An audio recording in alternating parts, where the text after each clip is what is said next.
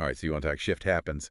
Let's really dive into this James D. Feldman book. Yeah. I'm excited to kind of dig into this with you, especially since you're actually looking to apply these ideas, And that's key, isn't it? Because Feldman's no stranger to the real world.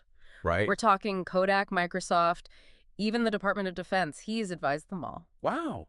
This isn't some, pie in the sky theory. This is a guy who gets things done. Exactly, and that's what caught my eye too. Yeah. He's not just about surviving change, he's all about using it to thrive. Right. Like, how can we actually make shift happens work for us? And he kicks things off with a story that perfectly illustrates this. Okay. Something we can all relate to, his childhood lemonade stand, except Okay. it wasn't your typical lemonade stand. Okay, now I'm intrigued. What did he do spike the lemonade?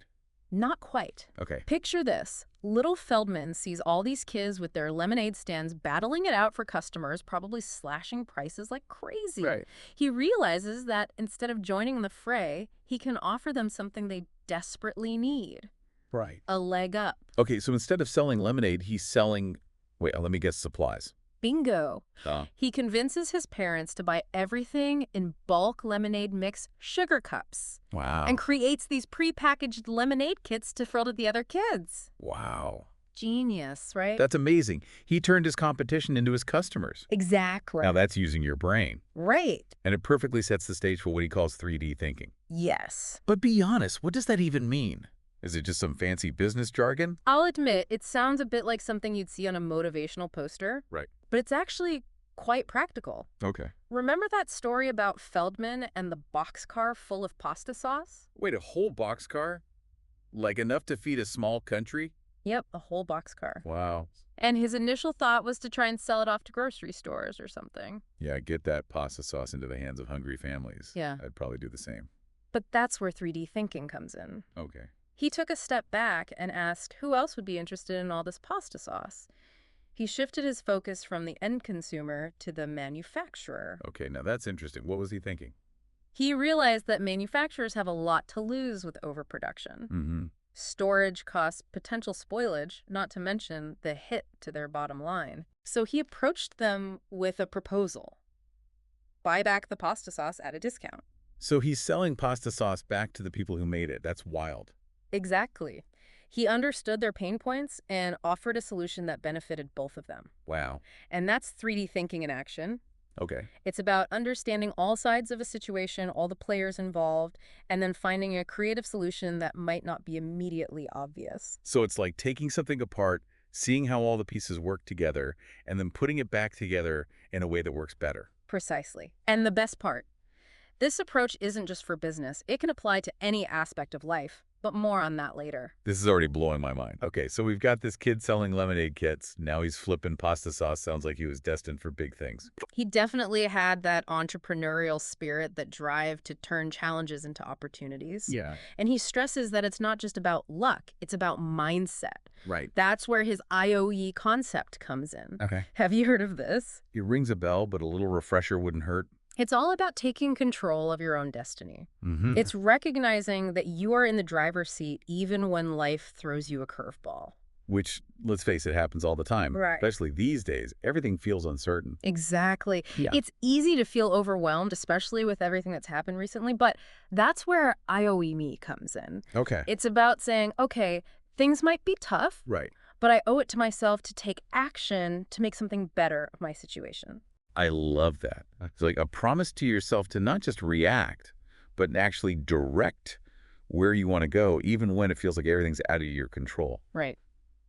But how do we actually do that? Because it's easy to say, take action, but what does that look like in real life? Well, Feldman has some really practical advice for that. He talks about the importance of small, consistent changes, like adjusting the trim tabs on an airplane. But hold up, airplane trim tabs? I'm intrigued, but you got to break this down for me. Okay, so imagine a pilot trying to adjust the course of a massive airplane. Okay. Trying to make a big change all at once would take a huge amount of effort and could even be dangerous, right? Yeah, makes sense.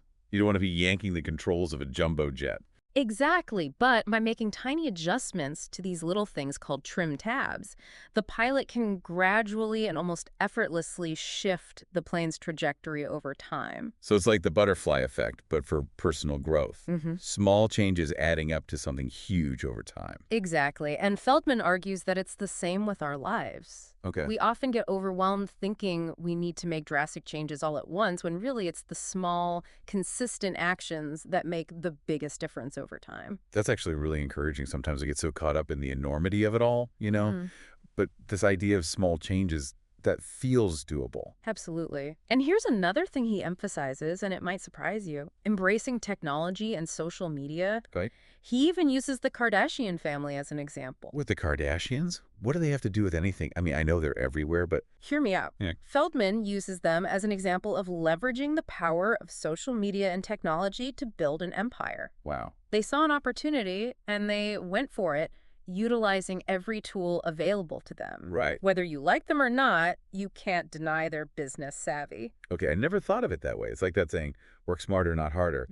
They used the tools that were available to achieve their goals. Mhm. So I guess it's not about shunning technology. It's about using it to your advantage. Exactly. And he also talks about something he calls the massive bank account, or MBA. Okay, now this is where I need some clarification because when I hear MBA, I think fancy business degree, not necessarily something accessible to everyone. Right, it's a great point, but in this case, Feldman isn't talking about the traditional MBA. He's using it as a metaphor for thinking beyond traditional banks for funding and resources. So what does that look like? Give me some examples. Think angel investors, venture capitalists, crowdfunding platforms, even partnering with someone who has the resources you need. Okay. It's about exploring all avenues, being creative and resourceful. That's so important, especially now when traditional funding can feel so out of reach for many people. Exactly, and it ties back to his core belief in abundance.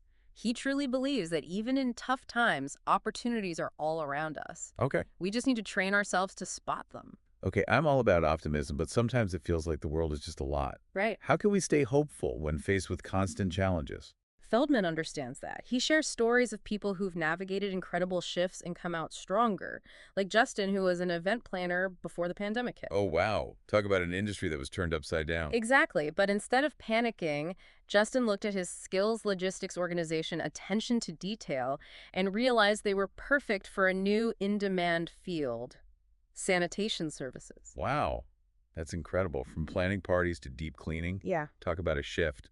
But it makes total sense. He saw a need and adapted. Exactly. He embraced the shift happens mentality and found success in a completely different field. Yeah. And then there's Karen, a teacher who was diagnosed with lung cancer during the pandemic. Oh, man. Talk about a double whammy. I can't even imagine going through something like that. It's a truly remarkable story. Despite the fear and uncertainty, Karen faced her situation with humor and grace. She even joked that getting cancer during a pandemic gave her a chance to hear what people would say at her funeral while she was still alive, to appreciate it. Oh, my goodness.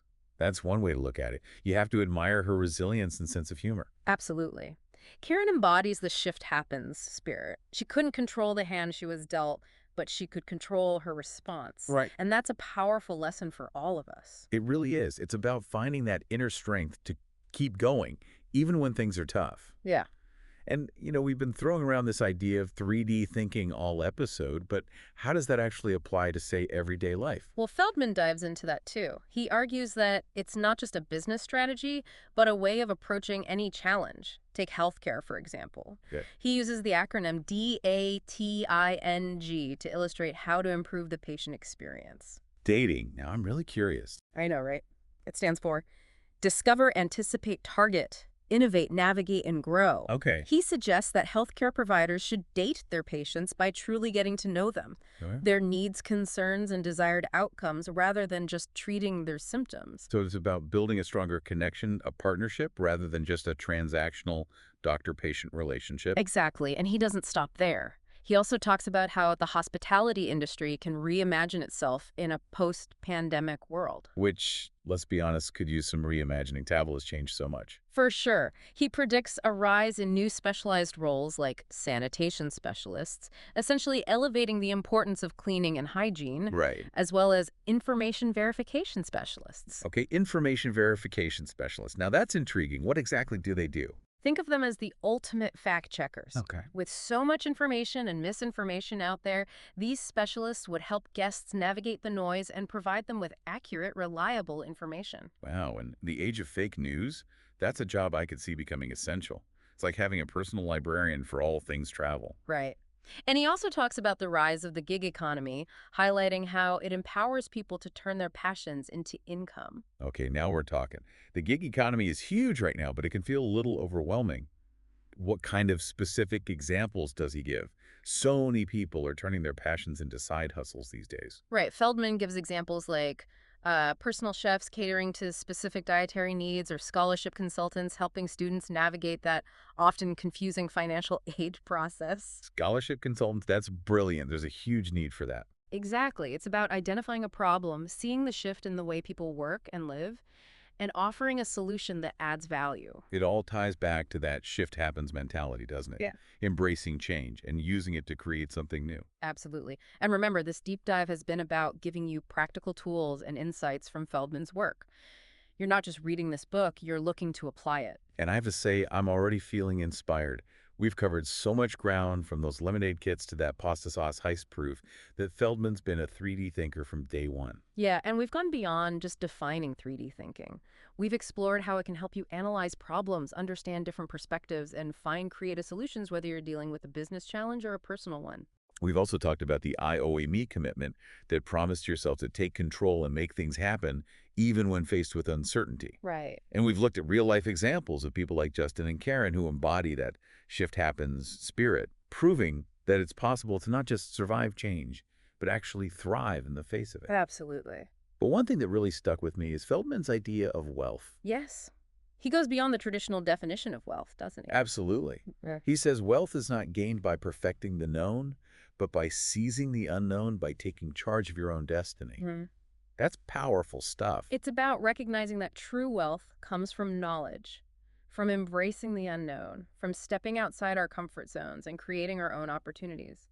It's about having the courage to take action. So what does this all mean for you, the listener? It means that shift happens is more than just a catchy phrase. It's a call to action. It's about adopting a new perspective, one that sees change not as a threat, but as an opportunity for growth and reinvention. It's about asking yourself, how can I use this situation to my advantage?